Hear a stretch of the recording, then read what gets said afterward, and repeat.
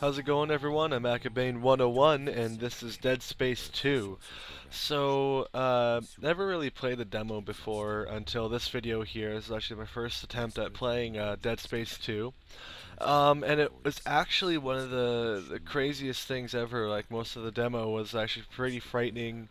It is a lot scarier than the first game, that's for sure. The story definitely has advanced a lot, considering the first game.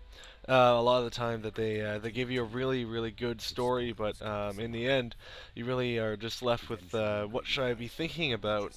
So this game kind of starting to wrap up some of the answers and give more questions, kind of like the TV series Lost did it, but with a lot of good conclusions.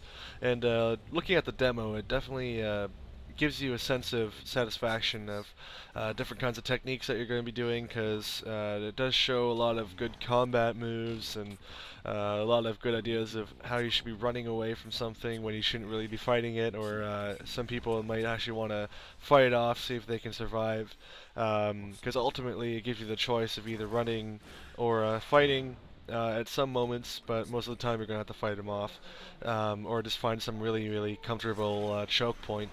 This video here is just a little recap of the first story. Probably a good thing to listen to without the commentary of me, of course, which is definitely something you can do. You can always go up to the top right and watch this video with no commentary, which is why I'm talking over it right now. But yeah, so this video will be up on both with commentary and without. So yeah, so the Ishimura was the main story of the first Dead Space. It was all about Isaac Clarke and the two members trying to get off. Of course, Isaac was the only one to make it off. That's a little spoiler alert, but yeah, so Isaac was the only one to make it off. And so what this little recap is telling you is that it's been 3 months. Dead Space takes 3 months later in Dead Space 2, where Isaac Clarke wakes up in a hospital, kind of, has amnesia, can't really remember anything. Classic Dead Space. I mean, classic horror kind of, third-person horror, survival horror kind of games. They like to give the main character amnesia.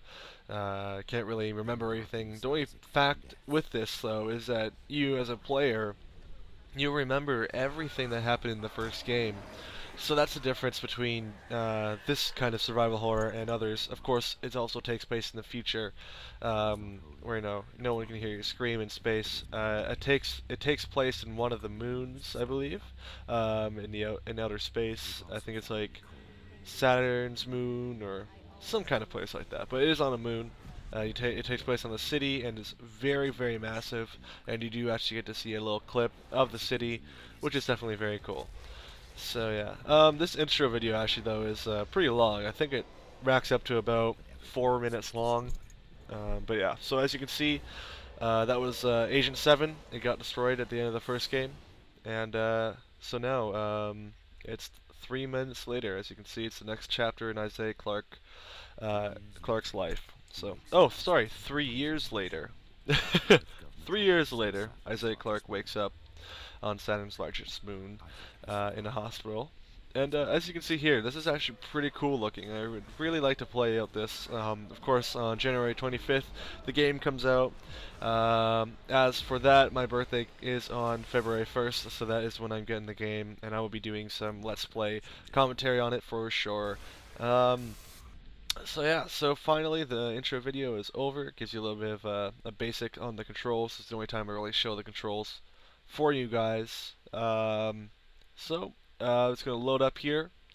And as you can see, the game has definitely changed with a graphical overhaul.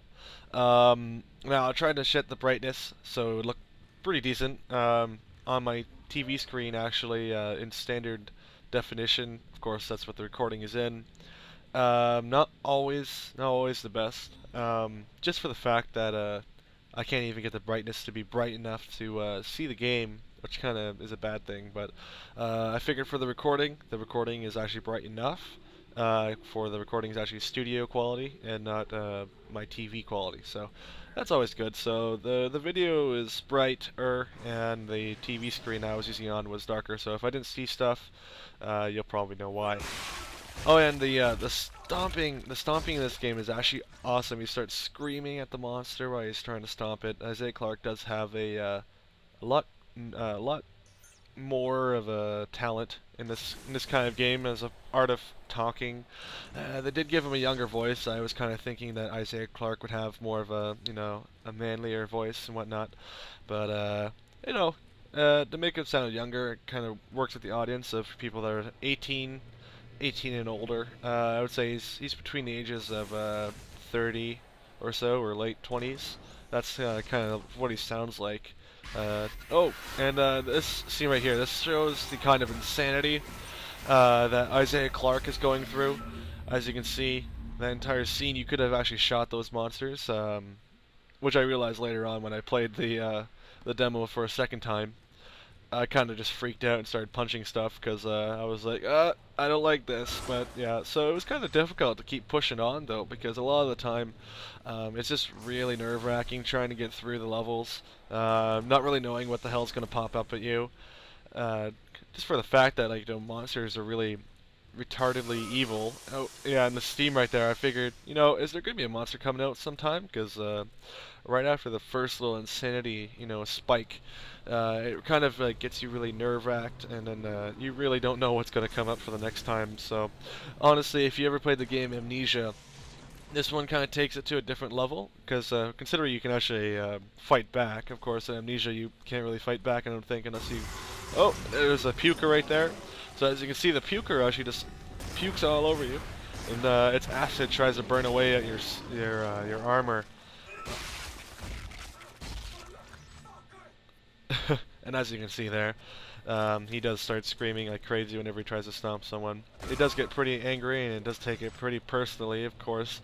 He is, of course, he doesn't remember the past, as of course we do. We remember his past, and it's very, very visceral. So this room right here is actually pretty crazy. It's like a whole bunch of cryo freezers, and you really don't know exactly the best places to go to. And of course, monsters like to pop out of nowhere in this area, which I was like, okay, this is a very open area. This is one great place to get ambushed, and just so you know, I got ambushed, so that kind of sucked. Another thing that I noticed though from the Dead Space demos were that they are different from the actual video game. So if I'm pretty sure that in the full game this will actually be a different kind of level. The worst part of it though is whenever you bump into a monster, he's right in the wall, and he just jumps right out at you, and you weren't really expecting it to be like right in front of your face up in there, which kind of sucks because like you just finally survive a huge fight, and then some monster just pops out of the wall and it's going, hey, I'm gonna eat you, and I don't eat you, and it's all over from there. And then yeah, pukers probably though are one of the most evil monsters in this game. I have a feeling that if I'm gonna be playing the full game, it's gonna suck with having a whole bunch of pukers. Suck in a good way. I mean, they're gonna scare the crap out of me and be disgusting all over me. But yeah, that's about it. Of course, you can always curb stomp them if they hit you. You can always just get really, really mad. Of course, frozen things, you would think they wouldn't move, but of course, if they're aliens or whatever, they can move, which is retardedly awkward. And then, so you can just use your little stasis ability. You can grab things and throw them back at monsters, just like you would fire a gun. Definitely a good way to conserve ammo, for sure. Okay, so in this room I was like, okay, I have no idea what I'm doing. So that's when the little marker comes in handy, and you see me use it here in just a second, I believe.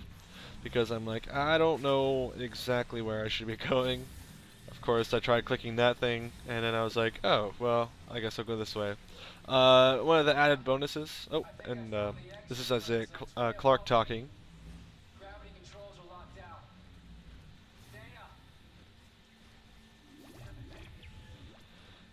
Anyway, I think the person he's talking to is either Diana or Dana, something like that. It's a girl that's trying to help him out. Assuming this is one of the earlier parts of the game, I'm going to say that's either chapter 3 or 4. It could be chapter 2 in any way, though. See, this is Diana actually replying to him, but yeah, it's either, I think it's Dana or something like that. But as you can see here, this is probably one of the most freakiest places I've ever seen. It's more like a rave in its own way. And so what you're supposed to do is you're supposed to hack this data pad over here. So I assumed that, as you can see, look at the little circle thing, it turns blue, and also it turns red on the wrong ones. So I figured I better not press the red ones, or else I'm probably going to do something bad. So once I saw the blue, I was like, oh, better just call that. Of course, though, you can fry your hands pretty easily in this, so you got to be definitely very, very quick about it. A lot like how Mass Effect 2 did their little mini games too, but this one's all on screen. You don't get a HUD or anything like that. It's just right then and there. Very cool.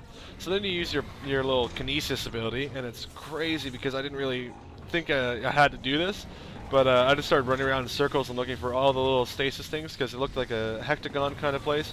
So I decided just to run around the whole thing and then start pulling them down. And it told me like use stasis to make things go slower. And I'm like, well, I guess I'll just do the same thing I did in the first game, where I had to fix the trans station, and it looked like it worked because as you can see, the magnetic poles are actually holding it there. Stasis it up again, and just pull this one down, and then it should make gravity non-existent, like as you can see there. And yeah, so that's zero gravity, and actually, a thing I like about the